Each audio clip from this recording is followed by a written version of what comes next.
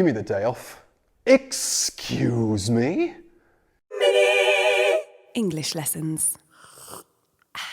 When making a request, not only is it important to think how big the request is, it's also important to think who you're talking to and how likely they are to say yes. So as the request gets bigger and bigger, the sentence gets longer and longer as we're throwing words in. So if I'm asking my friend for some water, I'd probably say, "Can I have some water?" If I'm talking to somebody who I don't know very well, I'd probably say, "Can I have some water, please?" If I want to make it extra polite, I would change can to could, and I'd say, "Could I have some water, please?" If it's an even bigger request, I would probably say, "Is it possible if?"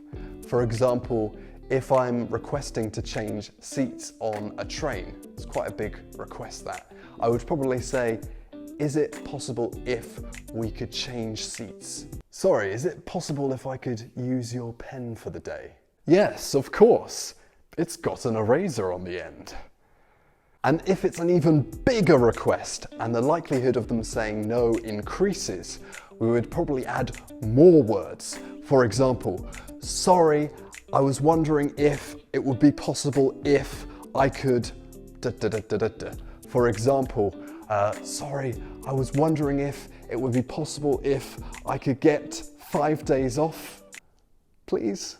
But this really needs to be for a big reason, otherwise it would sound quite ridiculous. "Sorry, I was wondering if it would be possible if I could borrow your pen just for a moment, if that's okay?" Yeah, it's fine.